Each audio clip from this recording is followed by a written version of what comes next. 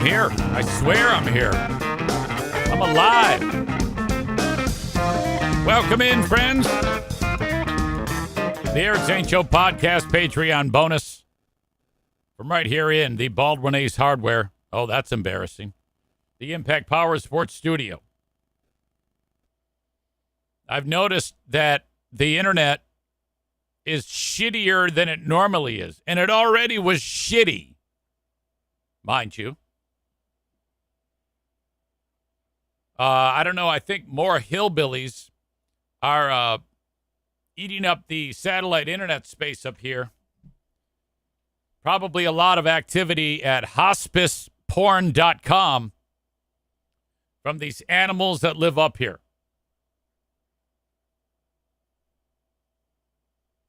Right away, Jeremy is all over. Jeremy is like one of the biggest contributors to Who Are These Free Beers? We've converted him to listening for content for me, and I am blessed to have that. So I haven't had an opportunity to check it out, but our beloved Kelly apparently did ruin a segment in a very Kelly way, but no fussiness. So I'll have to check that out. That might be featured in an upcoming edition of Who Are These Free Beers? Thank you, Jeremy. So this is probably the latest that I've ever started a Patreon bonus podcast, a daily Patreon bonus podcast during the week. Typically, this is done much earlier. But the way it went today was I got done with the free podcast. And I was expecting visitors. Charity Scam Mike, my brother-in-law. He's on his way up to Gaylord for a golf outing. He's going to stop in, say hello, and he did. Thank God. Love that man. He just left. But before I got here to do the free podcast, I stopped by. I was a little hungry. So I got some food, and I prepared the food when I got done with the free show. And I stopped by one of the best places to eat, the Army Surplus Store. I saw it. It says so-and-so's Army Surplus. And it's like an Army Surplus store and museum. But he's got a bin in the back with food that was made probably, 8 to 10 years ago that I wanted to get my hands on at the Army Surplus Store. Some of you are putting two and two together. But your old pal EZ is a fan of Army MREs, meals ready to eat. Okay. These things come in like a blister pack, and they're like $11. And when Army military guys are out in the field, they take an MRE, and it's packed with like a ton of calories. And so what you do is then you eat so that you don't lose your energy when you're out killing the bad guys. So I go, all right, well, this one looks good, ravioli. So the way this works out, folks, is this food is so perfectly prepared. And there's one guaranteed thing. It might not taste okay, but I'll eat anything. That's why I'm able to eat ass. As you know, if the camera's shaking, it's because Darla's underneath the thing. And they're all in these pouches. They look like this. Everything looks like this. Freeze-dried and... the ravioli, what you do is it's in the pouch. Get out of there. You're shaking the camera. And there's a bag with like a chemical thing inside of the plastic bag. It's a pouch. And you put like the ravioli in this bag and you add like a couple ounces of water. And then you close up the bag and you put it back in the packaging, and a chemical reaction takes place, and the water gets very, very hot. All right? And that heats up the ravioli. And you put the cheese sauce packet in there. Get the fuck out of there. What are you doing? Hold on. Come on. You got yourself in there. Get out, dick. Sorry. I don't want Linda to hate me because I called the dog a dick. On here, it said reconnecting. So if you're getting wonky video, something's going on. I don't know. I don't know how long this is going to last. It might puke out on me entirely. So I got my bread. And I got my ravioli heating up like 10 minutes in the little oven, little bag oven. I get it out. I rip it open. I put it in my little bowl. I put my cheese and I blend it all in there. And I'm like, this is going to be awesome. I love the idea of these things. I don't know what it is. It's like being a little kid for some reason with your own snack pack that your mother would pack for you. I got my bread. I got my ravioli with my cheese sauce. I've got, let's see, there was this kind of like grain energy bar. And it even comes with a pack of M&Ms for your snack. For your snack after. This right here is, it says beverage-based powder tropical punch. I didn't get into that because I had a bottle of Faygo. So I got it all here right in front of me. I'm going to edit my podcast. And Chris says, Christ, a Lunchable would be better at that point. What else is in there? It comes with a salt and pepper and a little thing of coffee if you want to be all caffeinated when you're shooting people out in the field. Little plastic spoon and a fork, napkin, coffee creamer comes with it, salt, pepper, and it's all there. I got it all here. I'm going to enjoy my food. Okay. I happened to open this door right here that you can see, and Bruce snuck out. And he got about 2 steps down, and I was going, get back here, you little bugger. Come on, now it's time to eat. And but he kind of got away down the steps, and so it took me, I don't know, 30, 40 seconds to get him.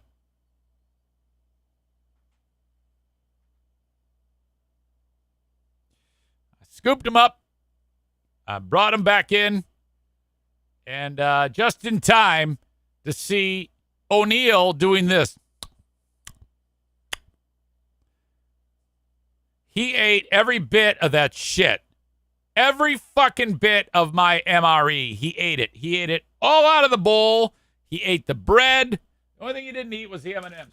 So I paid more than $12 with tax for a thing of M&Ms and an energy bar. The energy bar, he didn't touch that. That was wrapped. But he ate the raviolis, the cheese sauce, and my bread. I felt like I was fucking on the sloop John B. and the fucker ate up all of my corn. Some of you might get that reference. Raise your hand if you get the sloop John B. ate up all of my corn reference. Aaron says that was $12 a meal. Well, yeah, it was, but look, I'm paying for the experience. I like it.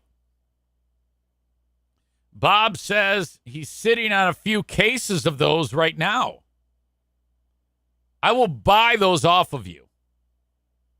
And I will pay for the shipping. Do you eat them? Why do you have those? Are you like, are you worried about like the end of the world? You want to have like food ready to go just in case the shit hits the fan again? So that was a bummer. That means I got to go into town and get some pizza or something like that.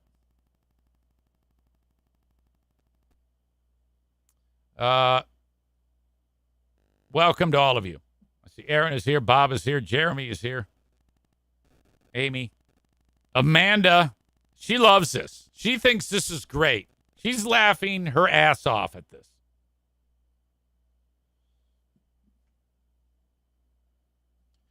He's right over here. If you can see. There he is. See how content he looks right now?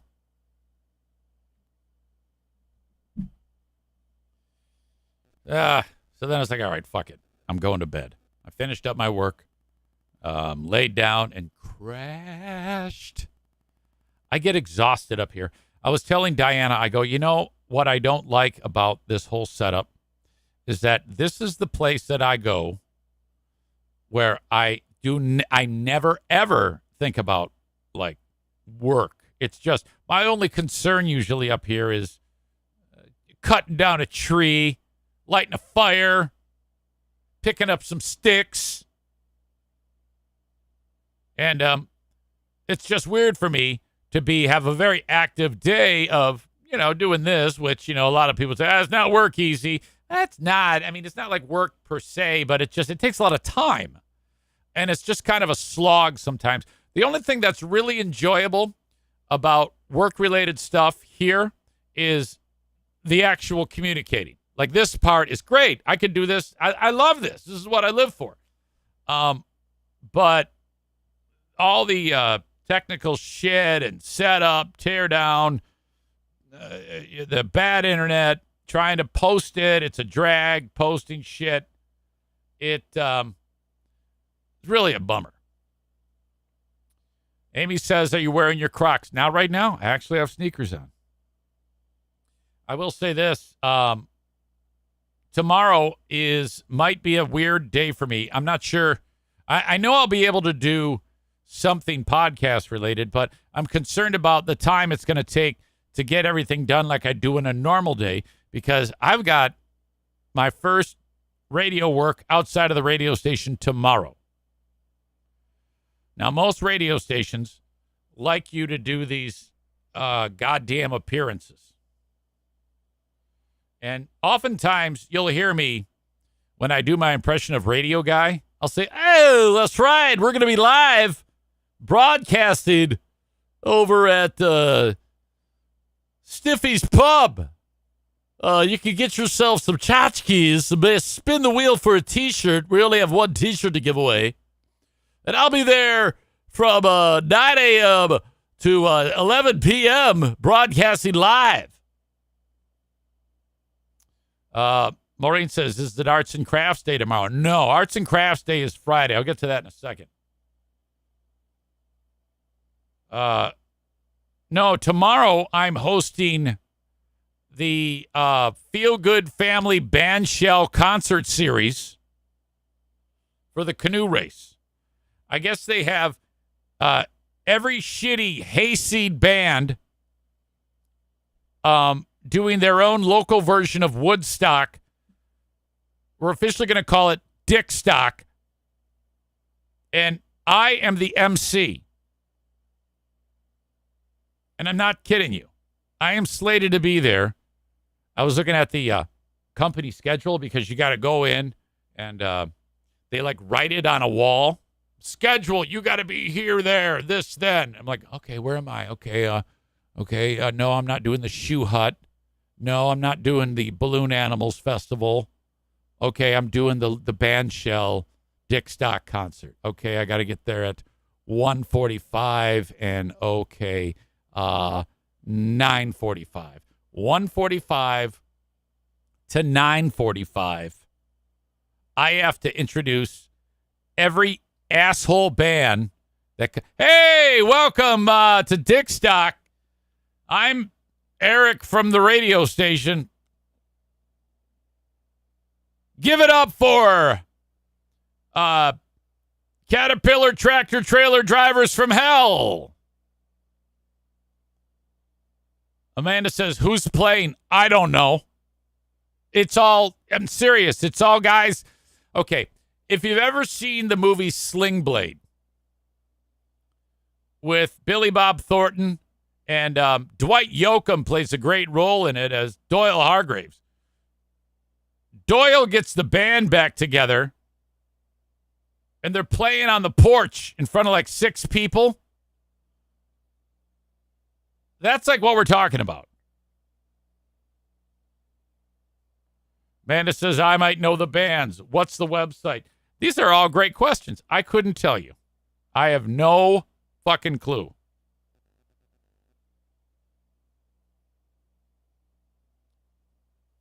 And Maureen says, and you've got to make nice with people. So it's going to be all, hey, how are you? Oh, it's good to see you. Hey, easy, man. I love you. You fucking rock, man. I always want to meet you. And all their teeth are busted out. They're all fucked up. And they're like, oh, fucking shit, no.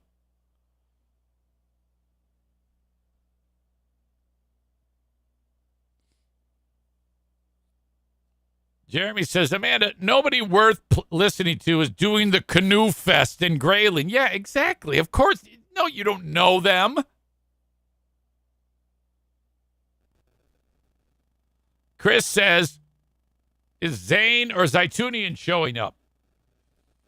I don't know these people. I think you're going to have a 98% Zaitunian day. Hey, how are you? Oh, I'm just so glad to be here spinning the tunes. And I am. I like it. I like the job. I like going to the radio station. I love doing the job. I'm not complaining about that at all.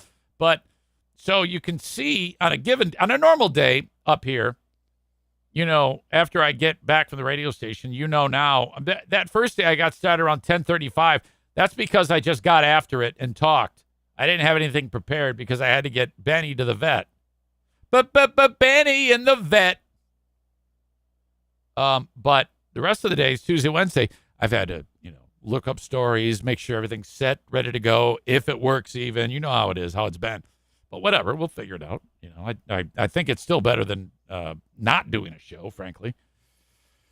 I've enjoyed doing it. But, if I get rolling 11:15, 11:20, great. And then, after I get it done, I got to post it and then all that shit. So I'm not sure what I'm going to do. I may do a truncated podcast, short, free podcast, to be able to buy me some time. Now, I will say this. I said to the boss lady, I go, this is number 3. I go, number 3, I have a question. What? It says 1:45 to 9:45. Is there any wiggle room on that time? That's 8 hours. Oh, yeah, there's tons of wiggle room. I go, okay, good. All right, so that was just all bullshit. Yeah, well, the first band goes on at 1:45. All you got to do is intro them, Eric, and then leave.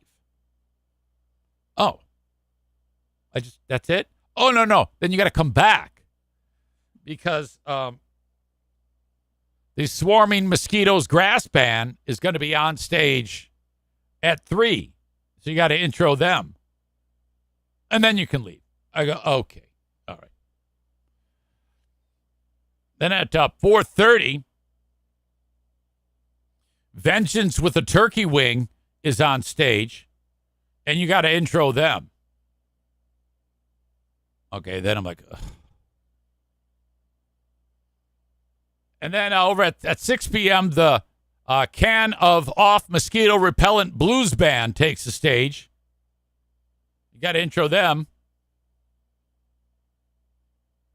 And then the Sounds of Jamaica Dobro Brass Band is going to be on at 7:30. And then at 9:45, you've got to introduce the Pine Cone Jug Band.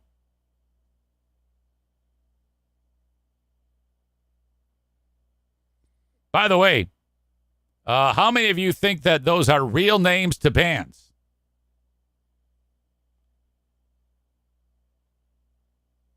I made all those up off the top of my head, but I don't think Amanda is getting the joke.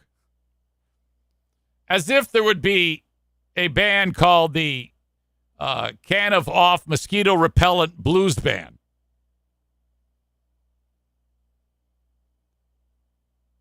Because as I'm writing that, she wrote, nope, I don't recognize any of the bands. She says, oh, I was looking at the website. Were you? Were you really?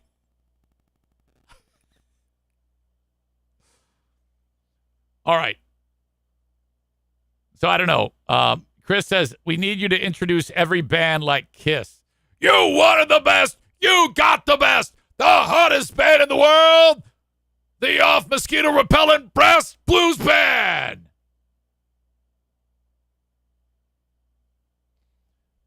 It may be fun for me to shoot video of each introduction and send it your way. That would be fun. Great idea. You didn't come up with that one. I came up with that one.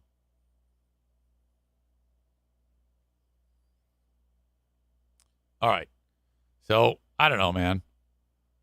I guess that would mean introduce a band, come back here, let the dogs out, turn on the podcast machine or edit something.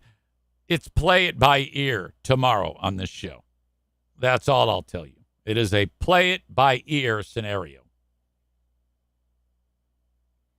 They might be great. I don't know.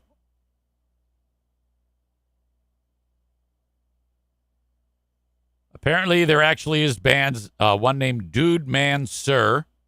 Another one called The Knockoffs. Spelled funny. Okay. Well, there you go. You should come on up. Amy gives me the idea. Easy. Write that down with your crayon. There you go. Band intros. There you go. Thank you, my dear. Hey, whatever it takes to get the fucking job done. You know that? All right, there are a couple stories that I want to get to. I think this is going to work.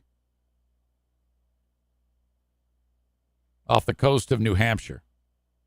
Not far from where we were when we were in Maine. We were up the coast quite a bit, but still similar type of setting, the waters of the Atlantic Ocean. People do their whale watching excursions on their own. You may have already seen this. I'm a little late on the story, but one of the a humpback whale, not at all different than the ones that we were watching, comes flying out of the water and lands on this boat. Let's check it out. God willing, this works.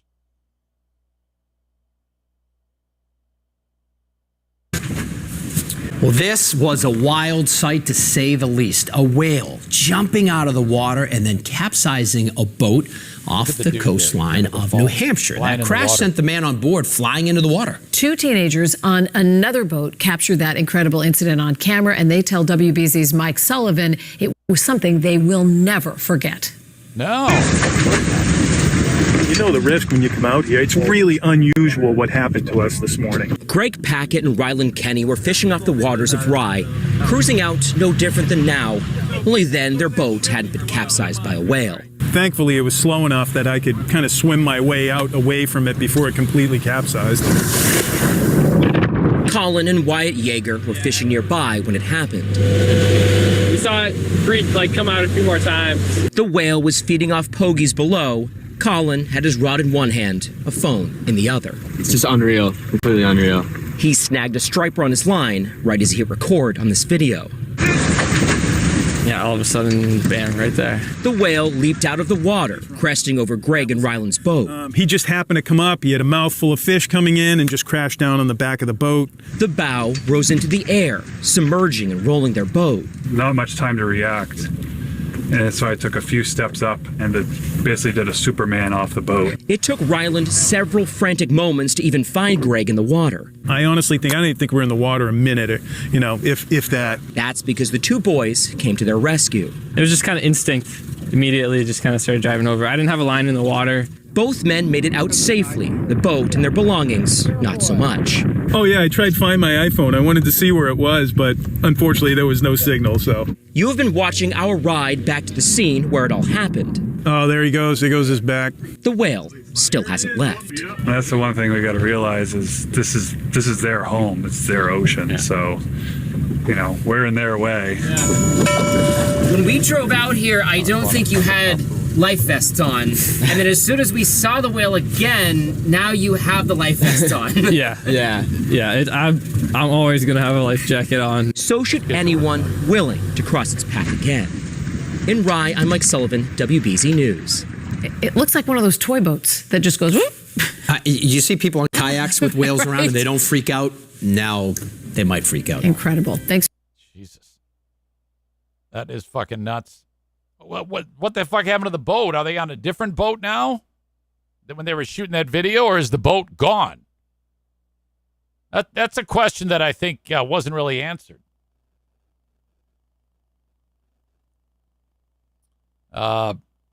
Sarah says, no. Dude seriously worried about his iPhone. Chris says, Wales got his middle flipper out for sure.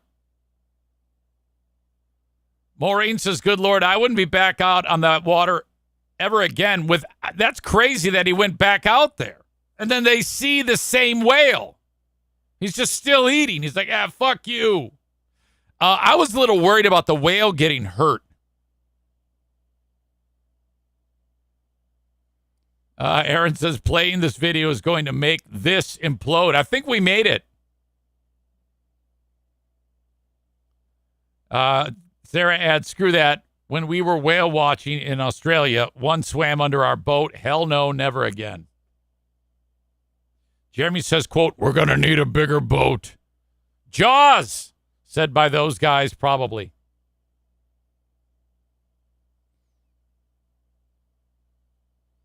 Amanda says, the Atomic Cafe on the Asable main stage, Ann Arbor's favorite 80s college band, has reformed with its original members, the knockoffs, as well as a few new ones, now consisting of 8 members, including a 3 and some, and then it ends. Sounds great. And I'm going to be there for the knockoffs.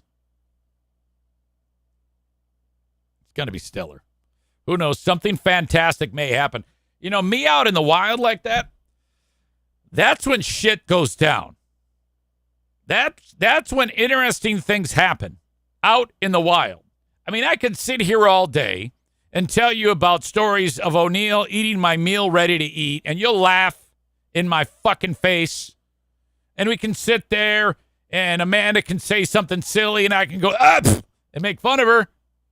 Those are always good moments. They're not bad moments. I enjoy doing them, and hopefully you do too. But if I can venture out into the wild and hang with some of the great minds in the local community of Grayling, Michigan, holy fuck. Which, by the way, I called Stu McAllister today. I go, Stu, I'm in Grayling. He goes, oh, fuck, burn it down. On Big 101.3, for the past 3 weeks, I have been saying on the radio, hey, Dane Cook's coming to town. Dane Cook with special opening act Stu McAllister at DeVos Performance Hall. Get your tickets online, or you can win them just by emailing 1013big.com. Sign up to win. And good luck. So phone calls start trickling. He goes, easy. What is it? People are reaching out to me, asking me if I'm getting back into comedy and if I'm opening up. Hey, congrats on the Dane Cook gig. I go, what are you telling him? He goes, well, I'm telling him I'm not doing it. I go, that's stupid. Come on, have some fun with these people. Then this week, I voice tracked well in advance. I just got off the air on Big 101.3 at 7 p.m. Right now it's 7:10. Several times during my shift, not a show, shift. Now I'm saying, well, ladies and gentlemen, the folks at Ticketmaster, and I just make all this up, but they believe it, are noticing that most of the tickets sold are with the Stu McAllister link.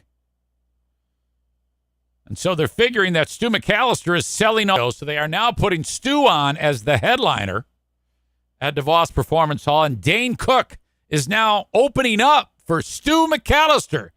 Go see the triumphant return of Stu McAllister with Dane Cook at DeVos Performance Hall. Go to 1013big.com to win tickets. Linda says Stu McAllister Local dog abuser. Okay. That's not true. You can't say he's abusing his dog. He's very concerned about his dog. His dog, Sadie, is having problems, and he's putting his best foot forward to take care of the dog, trying to get the dog a wheelchair. I don't know if you heard about that. You're probably not following him now, but that dog that he yelled at, I don't know, maybe he yelled at the dog, and his yelling was so powerful, it destroyed the dog's back legs. I don't know. Now, if I looked at you and said that I never yelled at my dogs, I'd be lying. Do I yell like Stu did on the video on his podcast? No, I don't do that. Did I yell at O'Neill at all when he ate my entire MRE? Not a bit. Not a fucking bit. I just looked at him. I mean, what the fuck am I going to do? But I did go, O'Neill. O'Neill. Oh, my goodness. O'Neill. And that's it, man. Ears down, and then this is the face.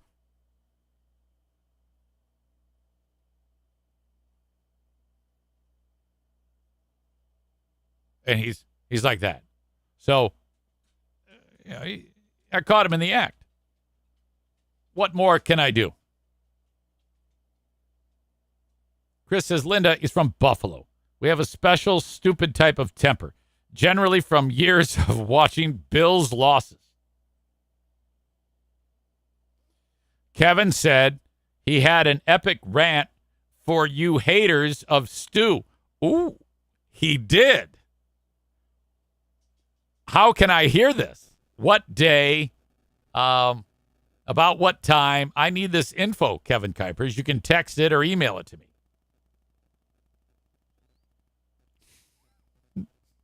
Now we're talking. All right. I'm telling you, just what the doctor ordered, that nap was so right for me. It put me in the right frame of mind. I feel so good right now.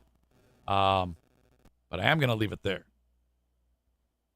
I am going to wrap this up because I'm going to go into town and check out the Atomic whatever main stage to see what's going on for tomorrow's festivities. So as always, you've been an amazing audience. I appreciate you all so much. Thank you for being part of the Patreon. You are truly part of the backbone that keeps me doing this. We're now over, let's see, February, March, April, May, June. We are now past 5. It's 5 years, 6 months plus. Amanda says Eric Tatum went to Bar Harbor. Oh, he probably hated it.